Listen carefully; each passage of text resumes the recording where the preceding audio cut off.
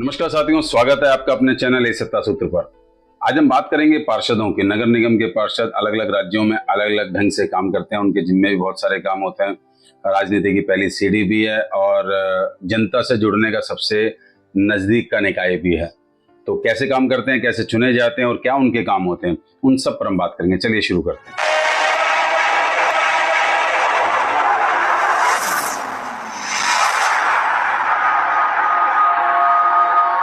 Video को शुरू करने से पहले मैं बता दूं कि मेरी पिछली जो 2-3 वीडियो गई और विशेष तौर पर ये पॉलिटिक्स से कनेक्टेड जो वीडियो गई, उन वीडियो में मेरे बहुत सारे युवा साथियों ने मुझसे कहा कि सर ये लैंग्वेज जो है ना थोड़ा ज़्यादा हार्ड हो जाती है हिंदी की, तो कोशिश कीजिए कि ऐसी लैंग्वेज हमें भी समझ आए। तो मैंने मेरी हिंदी जो है बहुत प्योर हिंदी नहीं है, मिक्सिंग है, लेकिन फिर भी मैं कोशिश करूँगा से और आम बोलचाल की भाषा वाले शब्दों को इसमें उपयोग करने का, जिससे कि आप सब लोगों को क्लियर हो। खासतौर पर आज की पीढ़ी को, जो मेरे बाकी साथी हैं वो तो सब समझ लेते हैं, आज की पीढ़ी को थोड़ा सा हिंदी के शब्द समझने में व्यवस्थापिका, कार्यपालिका और विधायिका ये सब थोड़ा सा लगता है, लेकिन मैं कोशिश करूंगा कि उसको आसान शब्दों में आपके सामने रखूं। तो हम बात कर रहे थे नगर निगम के पार्षदों।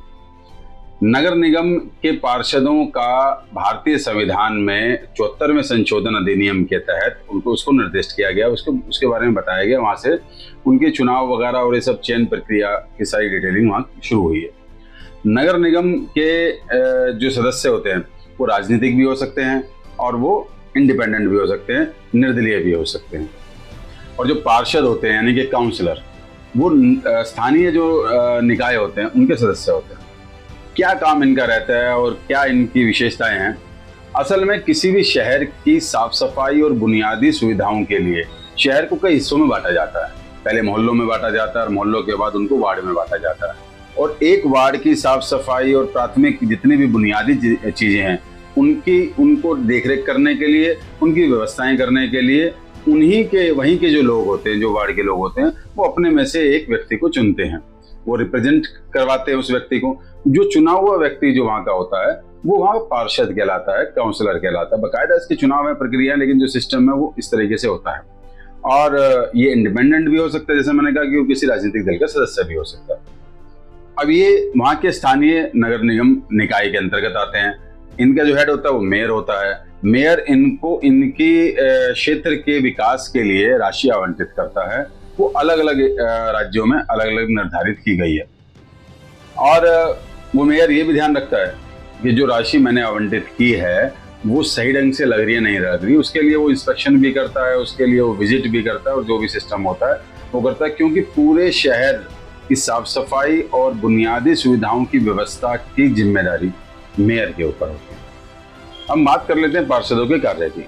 पार्षद को सरकार द्वारा अपने क्षेत्र में कार्य कराने के लिए राशि आवंटित की जाती है और क्षेत्र के विकास का कार्य ही प्रमुख कार्य होता है एक पार्षद का। अब जिसके अंतर्गत आते हैं कि भाई गलियों नालियों की नियमित रूप से सफाई करवाना, गली खड़ंजे बनवाना, छोटी गलियां, छोटी सड़कों का निर्माण करवाना, अस्पताल या डिस्पेंसरी हैं उनकी देखरेख करना, बिजली व्यवस्था उस सड़कों पे, छोटी गलियों के अंदर बिजली व्यवस्था, स्ट्रीट लाइट की व्यवस्था करना, पेयजल की व्यवस्था करना, पीने के पानी की। हाँ, ये अलग बात है कि कई स्टेट्स में ये राज्य सरकार की जिम्मेदारी होती है। राज्य सरकार के अंतर्गत कोई निकाय इसको करता है, निकाय यानी कि कोई डिपार्टमेंट इसको करता है, और बाकी कई जगह पर ये डिपार्टमेंट नगर निगम का डिपार्टमेंट ही होता है। अब हम बात कर लेते हैं पार्षदों की योग्यता की। कौन कौन व्यक्ति निगम पार्षद का चुनाव लड़ सकते हैं, बन सकते हैं। क्योंकि अलग अलग राज्यों में ये अलग अलग व्यवस्थाएं रहती हैं, लेकिन कुछ कॉमन व्यवस्थाएं हैं जो मैं समझता हूं कि शायद पूरे देश में हैं। जैसे कि यदि आप किसी वार्ड से चुनाव लड़ना चाहते हैं, तो जो व्यक्ति जिस वार्ड से चुनाव लड़ना चाहता है उस वोटर लिस्ट में उसका नाम होना चाहिए। उसकी उम्र कम से कम 21 साल होनी चाहिए और वो कम से कम 10वीं पास होना चाहिए। अब इनकी राशि क्या होती है, पार्षदों को कितनी राशि आवंटित होती है? जैसे मैंने पहले कहा कि अलग अलग राज्यों के अंदर ये राशि अलग अलग आवंटित होती है। 25 लाख से लेकर 1 करोड़ तक ये हो सकती है। अब दिल्ली की अगर मैं बात करूं तो दिल्ली के पार्षदों को प्रति वर्ष एवरी ईयर 1 करोड़ रुपए उनके अपने वार्ड की डेवलपमेंट के लिए मिलते हैं। क्योंकि दिल्ली के अंदर काम भी बहुत है। दिल्ली के अंदर प्रॉपर्टी टैक्स का काम पार्षद देखते हैं। इसके साथ साथ अस्पतालों का काम, जो बिल्डिंग है उनके नक्शों को पास कराने का काम पार्षद देखते हैं। सड़कें नाली की सफाई का काम देखते हैं, छोटी गलियों की स्ट्रीट लाइट का काम पार्षदों के पास होता है, डिस्पेंसरी वगैरह सभी पार्षदों के पास होती है। इसके अलावा टोल टैक्स लेना पार्षदों का नगर निगम के अंतर्गत आता है। पार्षद से मतलब मेरा नगर निगम के अंतर्गत आता है। इसके साथ साथ कब्रिस्तान और शमशान घाट, इनकी देखरेख भी पार्षदों के पास होती है। और 60 मीटर तक की सड़क पार्षद की हाथ में होती है, उससे ज्यादा अगर लंबाई की सड़क है तो विधायक बनाता है। बहुत सारे काम है हमारे सबके क्षेत्र में, जो कुछ काम विधायक यानी कि दिल्ली गवर्नमेंट या कोई भी स्टेट की गवर्नमेंट के अंडर में होता है, और कुछ काम वहाँ के स्थानीय निकाय यानी कि नगर निगम के अंडर में होता है। ये अलग बात है कि राजनीति चलती है। अभी अगर कहीं ऐसा हो कि एक काउंसलर और एक एमएलए दोनों अलग अलग दल के हों, तो अक्सर ये आरोप प्रत्यारोप लगा देती है, ये मेरा काम नहीं है, ये काउंसलर के दायरे में आता है, ये मेरा काम नहीं है, एमएलए के दायरे में आता है, जबकि भले ही उनके दायरे में आ रहा हो। तो ये थोड़ा सा आपको समझना पड़ेगा। जिस तरीके सड़कों की अगर मैं बात करूं तो 60 मीटर तक की सड़क काउंसलर के दायरे में आती है और उसके बाद की सड़क एमएलए के दायरे में आती है। पीडब्ल्यूडी वगैरह की सड़क एमएलए के दायरे में आती है। आपकी मेन रोड की स्ट्रीट लाइट्स एमएलए के दायरे में आती है, गलियों की स्ट्रीट लाइट नगर निगम के दायरे में आती है। लेकिन ऐसे बहुत अलग अलग स्टेट में अलग अलग काम है, वहाँ के आप कंसर्न डिपार्टमेंट से सारी जानकारियां ले सकते हैं। इसके साथ साथ मुझे याद आया कि जो रेस्टोरेंट्स के लाइसेंस हैं, फूड के लाइसेंस हैं या कार्ट के लाइसेंस हैं, वो भी निगम के अंतर्गत आता है। अब हम बात कर लेते हैं पार्षदों की भूमिका के बारे में। क्योंकि पार्षद एक समुदाय को रिप्रेजेंट करता है। समुदाय से मतलब यहाँ पर कोई समाज या कोई जाति से नहीं है। समुदाय मतलब वो एरिया, जिस एरिया के लोग, जिस क्षेत्र के लोग उसे अपने रिप्रेजेंटेटिव के तौर पर भेजते हैं, यानी कि वो वार्ड, वो उसको रिप्रेजेंट करता है। उसकी समस्याओं को वो अपने निगम की बैठकों में उठाता है और वहाँ की जो व्यवस्थाएं हैं, जो बेसिक मूलभूत आवश्यकताएं हैं लोगों की, उनको पूरा करने के लिए वो प्रयासरत रहता है। इसके साथ साथ चूंकि वो उनका नेतृत्व करता है, वो उनका लीडर होता है, तो उनकी बात को रखना और उनके किसी भी लड़ाई को लड़ने के लिए आगे रहना, ये एक पार्षद का काम होता है। इसमें उसकी राजनीतिक भूमिका भी होती है। यदि पार्षद इंडिपेंडेंट है, स्वतंत्र है, निर्दलीय चुनाव लड़ा है तो कोई इशू ही नहीं है। लेकिन यदि वो किसी दल से चुनाव लड़ा है तो अपने पार्षद के काउंसलर के जो काम हैं उसके अलावा उसे वो जो उसका दल है उसके साथ कनेक्शन रखना होता है, उसके स्थानीय जो कार्यकर्ता हैं उनके साथ जुड़ना होता है, उनको रिपोर्टिंग करनी होती है, उनकी नीतियों को फॉलो करना होता है और राष्ट्रीय स्तर पर जो उस दल की नीति होती है उसको अपने क्षेत्र के अंदर लागू करवाने का काम या परस्यू कराने का काम या प्रचारित करने का काम रहता है।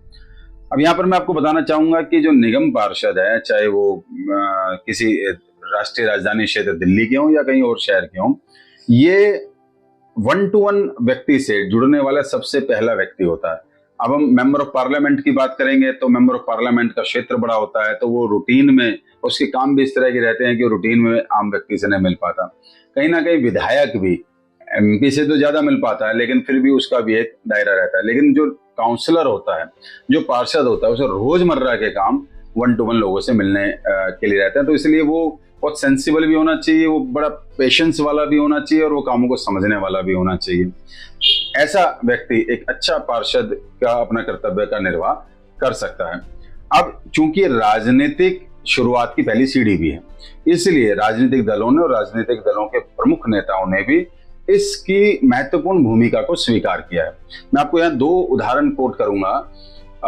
माननीय श्रद्धेय अटल बिहारी वाजपेयी जी एक बार लखनऊ की एक रैली के अंदर उन्होंने एक बात कही कि भाई मैं कुर्ता तो आपने दे दिया, मुझे पजामा भी आपको पहनाना है। अब लोगों को अजीब सा लगा कि ये सर क्या बात कर रहे हैं कि पजामा भी मुझे पहनाना है। तो उन्होंने बोला कि अच्छा मुझे एक बात बताइए, यदि मैं कुर्ता पहन के आ जाऊं और पजामा में ना तो आपको कैसा लगेगा? तो अभी किसी एक व्यक्ति ने कहा जी अच्छा नहीं लगेगा, बुरा लगेगा।